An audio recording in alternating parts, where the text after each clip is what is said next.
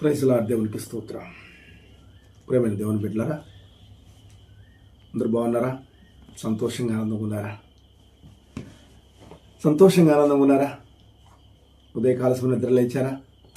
ఏకసమ లేచి దేవుని సన్నిధిలో మీరు ఎక్కడ ఉన్నారో, ఏ గృహంలో ఉన్నారో, ఒక గది ఉందో, 2 గదులు ఉందో నాకు తెలియదు. ఉన్న ఒక గదిలోనే ఒక పక్కనకి వెళ్ళి దేవునితో గడిపి దేవుని స్తుతిస్తూ, ఆరాధిస్తూ, ప్రార్థించి, మహిపరిచి, దేవా గత రాత్రికాలం మొత్తం కూడా మాకు చక్కటి నిద్రని అనుగ్రహించావయ్యా. మరొక రోజు మా జీవితాలకు అనుమతించావు, మమ్మల్ని సజీవులకు లోపించావు. మరొక రోజు మాకు సంతోషంగా అడుగు పెట్టే భాగ్యాన్ని మాకు ఇచ్చావు ప్రభా అని దేవుని స్తుతించారా, ఆరాధించారా, ప్రార్థించారా? లేకపోతే ఇప్పుడే చేయండి. ఇప్పుడే మోకాళ్ళు వేసి దేవుణ్ణి అడగండి. ఎందుకంటే ప్రతిరోజు ఉదయకాలసిన దేవునితో సహవాసం చేస్తే, ఆయనతో గడిపితే ఆ దినమంతా కూడా మనకి దేవుని ఆశీస్సులు, ఆశీర్వాదాలు పుష్కలంగా అందుతాయి. ఎందుకంటే మనల్ని ప్రేమిస్తున్నాడు, ఆయన మనల్ని కాపాడుతున్నాడు, మనల్ని రక్షిస్తున్నాడు, మనల్ని పోషిస్తున్నాడు, అన్ని రకాలుగా మనకు మేలు చేస్తున్నాడు. ఆయన ఆశీర్వాదం దీవులు ఉండబట్టే మనం మరొక రోజు మనం జీవించగలిగాం, మరొక రోజులకు మనం రాగలిగాం. ఎందుకంటే గత రాత్రి కాలసమున ఎంతోమంది గతించిపోయి ఉంటారు, కానీ మరొక రోజు మనం చూసామంటే దేవుని కృప, కనికరం వల్లే. కాబట్టి ప్రతి ఒక్కరు కూడా ఈ మాటలు గమనించి ఇదే కాలసమున నిద్రలంగానే దేవుని సన్నిధిలో దేవుని పాదాల చెంత గడిపేవారిగా మీరు అందరూ ఉండాలని మనస్ఫూర్తిగా నేను కోరుకుంటున్నాను. ఎందుకు ప్రతిరోజు ఈ మాట చెబుతున్నానంటే ఇది చాలా అవసరం అండి. ఎందుకంటే దేవుని కృప లేకుండా, దేవుని కనికరం లేకుండా ఒక క్షణం కూడా మన లోకంలో బ్రతకలేం, జీవించలేం. ఎందుకంటే సాతానుడు ఏళ్తున్నాడు ఈ లోకాన్ని, వాడి చేతుల్లో ఉంది. ఎక్కడ దొరుకుతాడా, ఎక్కడ ఏ బిడ్డ దొరికిద్దా వాడిని కబలించేద్దామా అని వాడు సైన్యం, మహాసైన్యం ఉందండి వాడికి.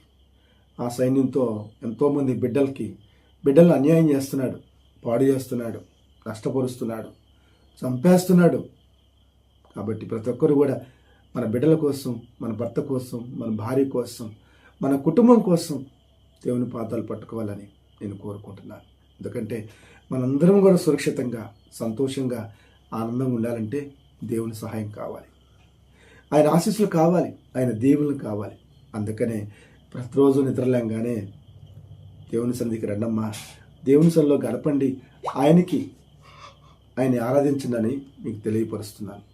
ఆయన స్తుతించడం వల్ల, ఆయన ఆరాధించడం వల్ల, ఆయన ప్రార్థించడం వల్ల, ఆయన మహిమపరచడం వల్ల, ఆయన ఘనపరచడం వల్ల మనకి ఎన్నో మేలు జరుగుతాయి, ఎన్నో ఉపకారాలు జరుగుతాయి. ఎందుకంటే ఆయన మనల్ని ఎంతో ప్రేమిస్తున్నాడు.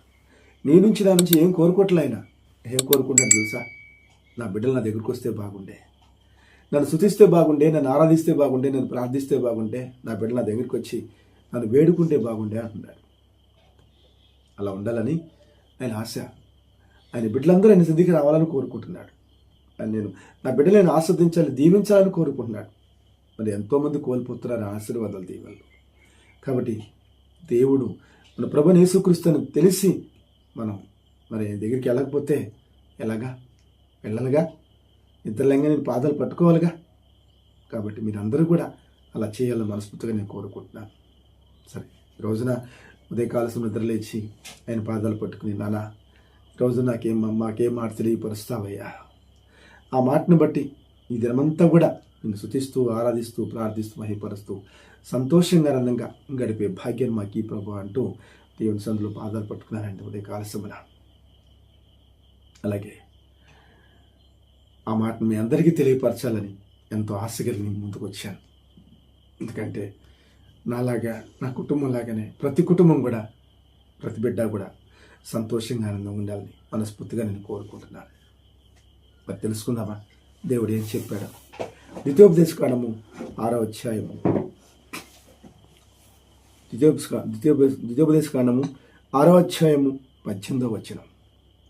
ద్వితీయోపదేశకాండము 6వ అధ్యాయము 18వ వచనం. నీకు మేలు కలుగునట్లు నీ ఎదురు నుండి నీ సమస్త శత్రువులను వెళ్ళగొట్టెదనని. చూసారా? నీకు మేలు కలుగునట్లు నీ ఎదుట నుండి నీ సమస్త శత్రువులను వెళ్ళగొట్టేదనని ఎందుకు చెబుతాడు ఈ మాట? ఎప్పుడైతే నిద్రలేంగా నేను పాదాలు పట్టుకున్నామో దేవుడు మనకు అభయం ఇస్తున్నాడు. అయ్యా, ఈ లోకంలో నీకు ఎంతోమంది శత్రువులు ఉన్నారా, కాబట్టి వాళ్ళందరినీ కూడా నీకు మేలు కలుగునట్లుగా వాళ్ళందరినీ కూడా నీ నుంచి వెళ్ళగొట్టేస్తాను రా అంటున్నాడండి. ఎందుకు? నా బిడ్డలు నా దగ్గరికి వచ్చారు, నిద్రలేగా నన్ను స్తుతించారు, ఆరాధించారు, ప్రార్థించారు, మహిపరిచారు. కాబట్టి నా బిడ్డకి నేను మేలు చేయాలిగా, నా బిడ్డకి ఎంతోమంది శత్రువులు ఉన్నారు, ఆ శత్రువు నుంచి నేను వెళ్ళగొట్టాలిగా అని వెళ్ళగొడతానని మనకు అభయహాసం ఇస్తున్నాడు, మాట చెప్తున్నాడండి. ఆయన మాట పలికాడు అంటే అది నెరవేరినాక తిరిగి మళ్ళా నా దగ్గరికి వస్తుందని దేవుడు చెప్తున్నాడు. కాబట్టి మాట మీరు గమనించి దేవుని సన్నిధికి రావాలని కోరుకుంటున్నారండి. ఆయన పాదాల చెంతకు రావాలని కోరుకుంటున్నాను. అలాగే ఇంకేం చెప్తున్నాడు? 19వ వచనం చూడండి. యెహోవా చెప్పిన ప్రకారము నీ పితరులతో ప్రమాణము చేసిన ఆ మంచి దేశములో నీవు ప్రవేశించి దాన్ని స్వాధీనపరుచుకున్నట్లు నీవు యెహోవా దృష్టికి యథార్థమైనదియు ఉత్తమమైనదియు చేయగలరు. ఆయన ఒకటే చెప్తున్నాడు, అమ్మా నువ్వు నాకు అనుకూలంగా నువ్వు జీవించాలి. ఏంటది అనుకూలంగా అంటే యథార్థంగా బతకాలి. ఏం చేయాలి? యథార్థంగా బతకాలి. ఉత్తమమైనది చేయాలి అంటే మంచివి చేయాలి. చెడు జోలికి వెళ్ళబాకమ్మా, చెడు జోలికి వెళ్ళబాకండి, చెడు ప్రవర్తనలు చేయబాకండి, చెడు నిలబడి నడవబాకండి, చెడు వ్యసనాలకి బానిసలు కాబాకండి, చెడుల వాటికి బానిసలు కాబాకండి. అలా అయ్యారంటే మీ జీవితాలు పాడైపోతాయి, మీ కుటుంబాలు పాడైపోతాయి, రోడ్డున పడిపోతాయి మీ కుటుంబాలు.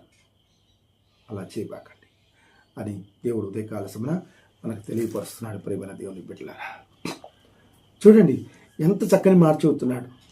యెహోవా చెప్పిన ప్రకారము నీ పితరులతో ప్రమాణం చేసిన ఆ మంచి దేశములో, మీకు తెలియకుండానే నీ తల్లిదండ్రులతో నీ పితరులతో దేవుడు ప్రమాణం చేశాడు. ఏమనంటే నీ బిడ్డలను కాపాడుకుంటాను, నీ కుటుంబాన్ని కాపాడుకుంటాను, నీ కుటుంబం రక్షించుకుంటాను. ఆనాడు దావీదుకి ఎలా అయితే ప్రమాణం చేశాడో నీ వారసత్వంలో ప్రతి ఒక్కరిని కూడా నేను రాజులుగా నిలబెడతాను అని చెప్పాడు. నా మాట విన్నంత కాలము కూడా తప్పకుండా రాజుగా నిలబెడతాను ప్రతి ఒక్కరిని దేవుడు దావీదుకి ఎలా అయితే అభయహస్తం ఇచ్చాడో ఈరోజు మనకు కూడా అదే అభయహస్తున్నాడు. ఏమంటే యెహోవా చెప్పిన ప్రకారము నీ పితరులతో ప్రమాణము చేసిన ఆ మంచి దేశములో నీవు ప్రవేశించి దాన్ని స్వాధీనపరుచుకున్నట్లు. ఆ మంచి దేశములంటే దేవుడు చెప్పిన మాట విన్నావంటే ఏంటి? నీ తల్లిదండ్రులకు ప్రమాణం చేసిన ప్రకారము, నీ పితరులతో ప్రమాణం చేసిన ప్రకారము ఆ మంచి దేశంలో నువ్వు ప్రవేశించినట్లు, నువ్వేమైతే కోరుకున్నావో దానిలో నేను ప్రవేశించేటట్టు అంటే దాన్ని స్వాధీనపరుచుకున్నట్లు, నువ్వేమైతే కోరుకున్నావో దాన్ని స్వాధీనపరుచుకున్నట్లు నేను చేస్తానంటున్నాడు. నీకేదో ఆశ కలిగి ఉంటావు కదా, ఏదో కోరిక కలిగి ఉంటావు కదా, నేనేదో చేయాలని ఆలోచన కలిగి ఉంటావు కదా, నేనేదో మంచి ఉద్యోగం చేయాలి, మంచిగా బ్రతకాలని ఆలోచించుంటావు కదా. ఆ యొక్క ప్రదేశంలో నీవు ప్రవేశించి దాన్ని స్వాధీనపరుచుకున్నట్లు నీవు యెహోవా దృష్టికి, దేవుని దృష్టికి యథార్థమైనవి ఉత్తమైనది చేయవలను, ఉత్తమైనది చేయాలి. అప్పుడు నీ ఆశ, నీ కోరిక ఆయన తీరుస్తాడు. ఇవేమీ చేయకుండా అయ్యా నాకు అదీవా, అయ్యా నాకు అదీవా, నాకు ఇదీవా అంటే ఏమీ ఇవ్వడం. ఎలా ఇస్తాడండి? నీలో యథార్థత ఉందా? దేవుల్లో ఏముంది? నీతి ఉంది, న్యాయం ఉంది, ధర్మం ఉంది, ప్రేమ ఉంది, ఆప్యాయత ఉంది, అనురాగం ఉంది, కృప ఉంది, కనికరం ఉంది, చాలు ఉంది. 9 ఫలాలు ఆయనలో ఉన్నాయి. ఇవన్నీ మనలో ఉండాలిగా. ఇవన్నీ మనలో ఉంటేనేగా నిన్ను దేవుడు ప్రేమిస్తాడు, అన్నీ నీకు సమకూరుస్తాడు, నీ ఆశ తీర్చేది, నీ కోరిక తీర్చేది ఇవన్నీ నీలో ఉంటేనే. యథార్థత ఏం చెప్తున్నాడు? యథార్థత, నీలో యథార్థత ఉండాలి. ఆ యథార్థత ఉంటేనే ఉత్తమని చేయాలి, మంచి పనులు చేయాలి. నీ భర్తను ప్రేమించాలి, నీ భార్యని ప్రేమించాలి, నీ బిడ్డల్ని ప్రేమించాలి, ఇరుగు పొరుగుని ప్రేమించాలి, నీ తోటి వారిని ప్రేమించాలి, నీ స్నేహితులు ప్రేమించాలి, నీ బంధువులు మిత్రులందరినీ ప్రేమించాలి. నీకు ఎవరైతే శత్రువులుగా ఉన్నారో వాళ్ళందరినీ ప్రేమించాలి. నీకు పగవారికి ఎవరున్నారో వాళ్ళందరినీ ప్రేమించాలి. ఎందుకంటే దేవుని దృష్టిలో మనం అందరము కూడా ఒక తండ్రి బిడ్డలం, మనందరం కూడా ఒక తండ్రి బిడ్డలం. కాబట్టి ఏం చెప్తున్నాడు, రే మీరందరూ కూడా కలిసిమెలిసి ఉండండి రా అంటున్నాడు. ఒకరికొకరు దూషించుకోవద్దు, ఒకరికొకరు అవమానపరచుకోవద్దు, ఒకరికొకరు కించపరచుకోవద్దు, ఒకరికొకరు హేళన చేసుకోవద్దు, ఒకరికొకరు చంపుకోవద్దురా, కలిసిమెలిసి ఉండండిరా, అదేరా మీకు మేలు చేస్తుందని దేవుడు చెప్తున్నాడు. అలా ఉన్నావా మనం? మన భర్తని పరిపూర్ణంగా ప్రేమిస్తున్నావా? మన భార్యని పరిపూర్ణంగా ప్రేమిస్తున్నావా? భర్తకిచ్చే విలువ భర్తకి ఇస్తున్నావా? భార్యకిచ్చే విలువ భార్యకి ఇస్తున్నావా? బిడ్డల్ని పరిపూర్ణంగా ప్రేమిస్తున్నావా? బిడ్డల్ని దేవుని బిడ్డలుగా పెంచుతున్నావా? ఉత్తమమైన బిడ్డలుగా పెంచుతున్నావా? యథార్థమైన బిడ్డలుగా పెంచుతున్నావా? ఇది మంచి ఇది చెడు అని చెబుతూ ప్రేమిస్తున్నావా? నీ బిడ్డల్ని ప్రేమిస్తున్నావా? అలా నడిపిస్తున్నావా నీ బిడ్డల్ని? అలా నడిపించాలని దేవుడు కోరుకుంటున్నాడు. కుటుంబం అంతా కలిసి దేవుని సన్నిధిలో గడపాలి. కుటుంబం అంతా కలిసి ప్రార్థన చేసుకోవాలి. కుటుంబం అంతా కలిసి ప్రతిరోజు వాక్యం చదువుకోవాలి. నీకు వాక్యం చదవటం రాదా? నీకు చదువు లేదా? నీ బిడ్డల చేత చదివించుకో, నీ భార్య చేత చదివించుకో, నీ భర్త చేత చదివించుకో. అవసరమైతే వాళ్ళకి ఏదైనా ఎరేసి చదివించుకో.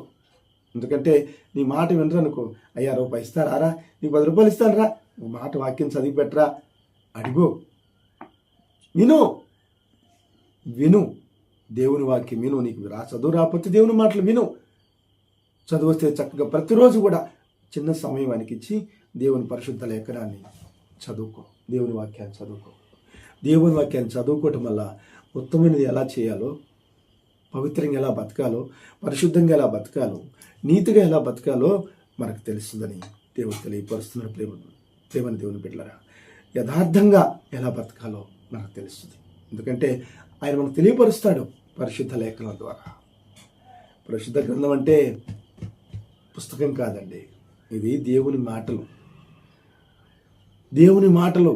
ఆయన పరిశుద్ధ గ్రంథం చదువుతున్నామంటే ఆయన నీతో మాట్లాడతాడు, నీతో మాట్లాడతాడండి ఫేస్ టు ఫేస్. అది తెలుసుకోవట్లేదు దేవుడు కూడా. ప్రతిరోజు మనసు పెట్టి దేవుని వాక్యం చదువు, ఆయన నీతో మాట్లాడతాడు. అమ్మ నీలో ఈ లోపాలు ఉన్నాయి, నీలో పొరపాట్లు ఉన్నాయి, ఇదిగో ఇలా చేస్తే నువ్వు బాగుంటావు, ఇలా చేస్తే నువ్వు సంతోషంగా ఉంటావు, నా మాట వింటే ఆనందంగా ఉంటావు, సంతోషంగా ఉంటావు, నీ కుటుంబంతో కలిసి ఆనందంగా సంతోషం అడిపే భాగ్యం కలిగి ఉంటావు అని దేవుడు తెలియపరుస్తున్నాడు. ప్రేమ తెలియబిడ్డలారా, చూసారా ఉదయకాల్సిన ఎంత చక్కని మాట తెలియపరిచాడు. మరి ఈ మాటను బట్టి ఈ దినమంతా కూడా సంతోషంగా ఆనందంగా ఆయన స్తుతిస్తూ ఆరాధిస్తూ ప్రార్థిస్తూ ఆయన జ్ఞాపరుద్దామా? అయ్యా ఈరోజు చక్కని మాట తెలియపరిచావయ్యా, నీ మాటలను బట్టి మేము ఎంతో సంతోషపడుతున్నాం తండ్రి. అవునయ్యా, ఈ రోజున మేము ఉత్తమమైనది చేయలేకపోతున్నాం, నీతిగా బతకలేకపోతున్నాం. అలా బ్రతికే అవకాశం మాకు అయ్యా, యథార్థంగా బతికే అవకాశం మాకు అయ్యా. అటువంటి మనసు మాకు దయచేయ ప్రభా అంటూ మరి దేవుని ప్రార్థన చేసుకుందామా? చిన్న ప్రార్థన చేద్దాం.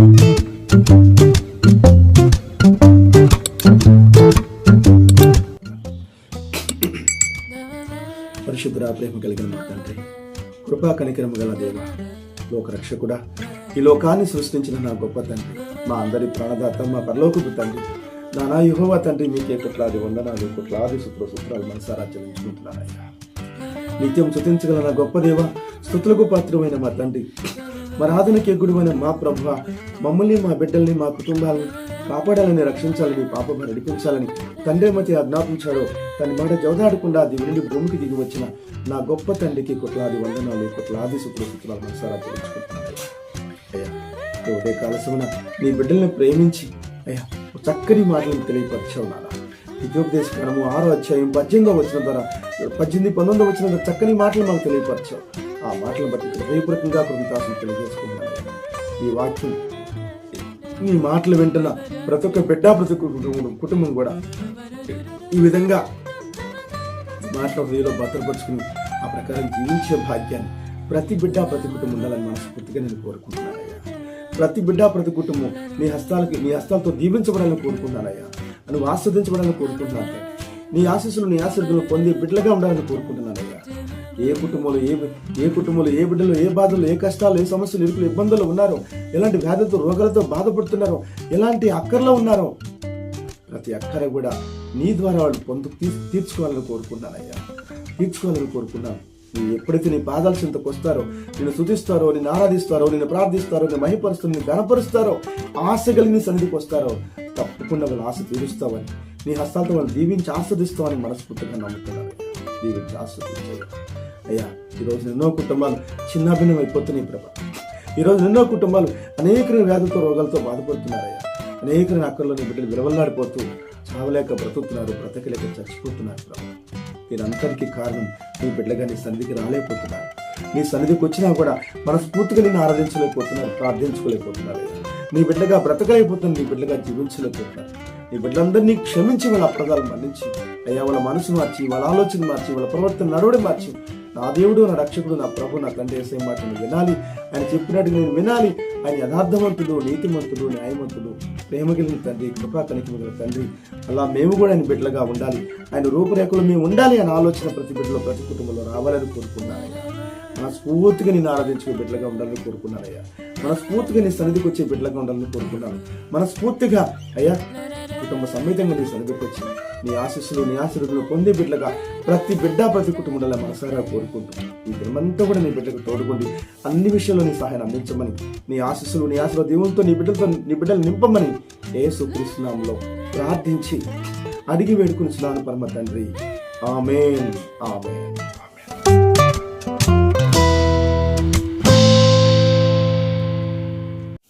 చూడండి ప్రేమ దేవుని బిడ్డలారా, అయ్యా ఈ దినమంతా కూడా దేవునితో గడపండి. ఏ చిన్న సమయం దొరికినా కూడా దేవుని వాక్యం చదువుకోవాలి, దేవుని స్తుతించాలి, ఆరాధించాలి, ప్రార్థించాలి అనే ఆలోచన కలిగి ఉండండి. అలా ఆలోచన కలిగి ఉండటం వల్ల దేవుడు నీకు మరింతగా దగ్గరగా ఉంటాడు. మీరు ఏ పని చేస్తున్నా కూడా, ఏ ఉద్యోగం చేస్తున్నా కూడా మీకు తోడుగుండా అన్ని విషయాల్లో తను మీకు సహాయం చేస్తాడు. ఆ ప్రకారంగా మీరందరూ ఉండాలని, దేవుని ఆశీస్సులు పొందే బిడ్డలుగా మీరందరూ ఉండాలని, దేవుని కృప కనికరం పొందే బిడ్డలుగా మీరు ఉండాలని, ఈ లోక సంతోషాన్ని, పరలోక సంతోషాన్ని పొందే బిడ్డలుగా ఉండాలని మరొక్కసారి నీ బిడ్డ నాతోటి నా యొక్క దేవుని బిడ్డలందరికీ నేను తెలియపరుస్తున్నాను. ఆ ప్రకారం ఉండాలని మనసారా కోరుకుంటూ ఈ మాటలు ముగిస్తున్నాను. Praise Lord. దేవునికి స్తోత్రం.